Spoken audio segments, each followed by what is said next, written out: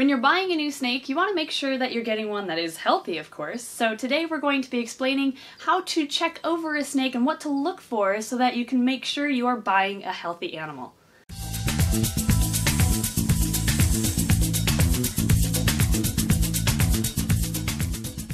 Of course, first we have to start with what snake I'm holding. This is one of our giant Madagascar hognoses, and the reason why I haven't been including them in videos recently is because I got them, like, what, 6 months ago now?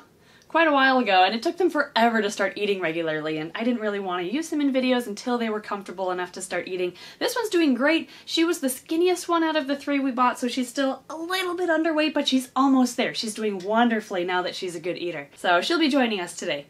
A lot of people will buy their snakes online, but the drawback to that is you can't see it in person to look over it physically, and you just have to trust that the seller or the breeder is going to send you a healthy snake. So it's great if you're able to buy a snake from an expo or from the breeder's facility in person so that you can look it over yourself. If you are serious about buying a snake, most breeders will let you take the snake out to visually inspect it before purchasing. Some breeders won't, and that could be either because they have a sick animal and they don't want you to notice something, or they are a good breeder and they just don't want you to transfer a disease from your body to their own snake, which you can't really blame them for. So if a breeder doesn't let you look at a snake, it could be for one of several reasons, but if you're able to look at it yourself, that's great. And the first thing you should look at is the overall body condition or weight of the animal. If you want to learn how to tell if a snake is a proper weight, watch this video right here. And if the snake is underweight, that could either be because the snake is not a good eater, or it wasn't fed enough, or it could have parasites. Underweight snakes, it's a sign of having parasites. Not saying it has it, but that's one of the symptoms. On the other end, if the snake is overweight, that's not as big of a deal in our opinion. It usually just means they're a really good eater. But if they're obese, then you'll probably have to work with that snake and put it on a little bit of a diet after you bring it home. Again, not the end of the world, but still something to keep an eye out for. After you look at the overall weight of the snake, you'll want to look at the size of the snake all the way down. Keep an eye out specifically for abdominal swelling, which would be swelling of this midsection area. If the abdomen seems or appears large or swollen, that is a sign of Cryptosporidium, which is a parasite that is devastating to reptile collections. So definitely check and make sure that it is a consistent thickness all the way through the abdomen. Also, look for small lumps or bumps along the sides or the back of the snake. If it's an overweight snake and you see squishy, like you press in and they are squishy deposits, those are probably fat deposits. But if you feel kind of a harder lump or bump on the side of the snake, anywhere on its body, that could be a sign of a parasite. Next, you want to, as you're looking down the back of the snake, keep your eyes peeled for any kinks or weird angles of the spine. Kinks are something that some snakes are born with, just random happenstance. It could also be a sign of an inbred snake, which we'll get into later. So if you're able to, just take a finger and kind of run it down the back of the snake, because sometimes if you don't see a kink in a snake, it might still have one underneath those scales, just a very small one. A good example of a kink that's not very noticeable but still present is in this Burmese python that I'm berm sitting right now. This isn't actually my snake. He's in food mode, so I'm having to monitor where his head is to make sure he doesn't latch on. But he has a small little kink that I noticed near his tail, actually. Oh, right here. I'm trusting you, don't bite me. You can't see it really well in person unless you're kind of looking for it. It looks like he's out of food mode, so we should be okay. I didn't notice this kink until I took my own fingers and ran it down his spine, and then I felt it right here. You can feel a little bit of a bump. So if I was buying this snake, I probably wouldn't have noticed it until after I brought it home if I wasn't able to really do a thorough check over his body condition. So again, just another example of why to keep your eyes peeled for any small abnormality in their skeletal structure, really. The next thing you want to take a look at to make sure that the snake is healthy is their mouth, and check for any signs of an upper respiratory infection. To really do a good check, it's recommended to open up their mouth and look for excess saliva, but you don't want to impose on the breeder or the seller. And if you were a breeder, try to put yourself in their shoes. You wouldn't want someone coming in and opening up the mouths of your snakes to look inside. So instead, if you are a buyer, if you're able to hold the snake, put it up to your ear. Listen to their breathing, make sure there aren't any gurgling or raspy sounds, and also look at their mouth, make sure there isn't saliva coming out or any drool or spit bubbles. Those would all be signs of an upper respiratory infection. Another thing you can look at is their tongue, and make sure that tongue comes out all the way, and make sure the forks split apart as their tongue is flicking, because if you only get the tips of their tongue coming out, or the forks are sticking together as it flicks, that could be extra saliva kind of sticking those forks together or preventing the tongue from coming out, which would both be signs of an RI. Next, now this isn't as big of a deal if you do see it, but you want to look at the snake and check for the presence of stuck shed, which again isn't a deal breaker because that you can fix at home, or stuck eye caps over their eyes. But if they do have stuck shed or eye caps, it kind of makes you wonder, okay, well, if the person who's taking care of that snake doesn't provide proper humidity, what else might they not be providing for that snake? So the same goes for the presence of snake mites on the snake.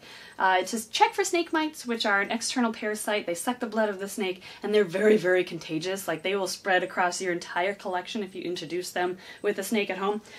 Check underneath their chin for snake mites, because that's where a lot of them hang out. Plus, the chins of most snakes are white, and so the black snake mites pop, and they're really easy to spot there. So this means you'll have to take the head of the snake, flip it upside down, and kind of look in between the scales, spread them apart a little bit, and see if there's any black dots.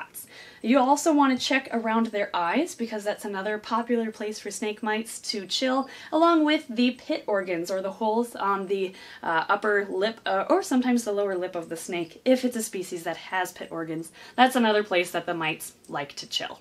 Sometimes you'll see little black flakes on the snake's head or anywhere on its body, and they look like snake mites, but they're not. So to test, you can take your finger and kind of try to wipe it off, and if it stays on, chances are it's probably just a speckle or a color pattern in the scale of the snake. If it does come off and you're trying to figure out if that little fleck is a snake mite or not, press it in between your thumbnails, and if it pops, then it's a snake mite. If it doesn't, then it's probably just a piece of substrate. Again, mites is not a deal breaker if you're buying a new snake, because they're easy to treat. If you need to know how to treat for snake mites, we actually have a video about it that we'll be redoing sometime soon.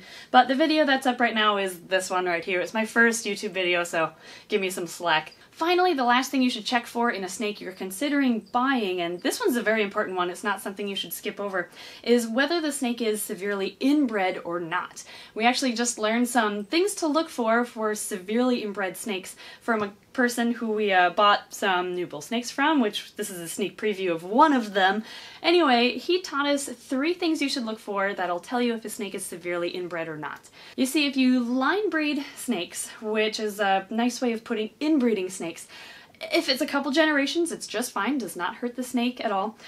But if you line breed them for 7, 8, 10 generations, that's when you start seeing some negative impacts on their physical health. The 3 things to keep an eye out for would be abnormalities in their eyes, kinks along their spine, and abnormalities in their scales. Let's start with the eyes. Of course, the eyes of a snake should both be the same size, and they shouldn't be overly large. Both of those things will tell you if a snake is inbred, like if one eye is a lot bigger than the other, or its eyes are really big for the species of snake, like bigger than they should be, it very well could be a severely inbred snake.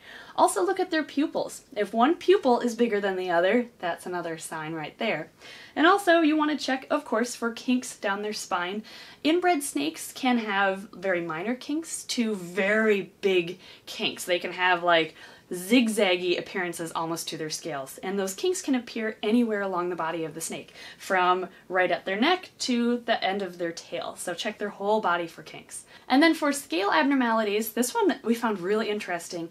You will start seeing weird looking scales, not only on the top of the snake with severely inbred snakes, but on their belly scutes. Instead of having one long belly scute that goes all the way across their belly, they will have, in a severely inbred snake, their belly scutes will be split, so they'll be V or Y shaped. It's really weird to see in person, but if you see that in a snake, there's a very good chance that it is severely inbred. Of course, you want to avoid inbred snakes or be very cautious when purchasing inbred snakes because, I mean, of course you're not going to want to breed them yourself, but even for pet quality, they might have other health issues down the line their entire life. In case you were wondering, this is an axanthic genetic morph of the bull snake. So he's more of a grayscale, kind of black and white bull snake.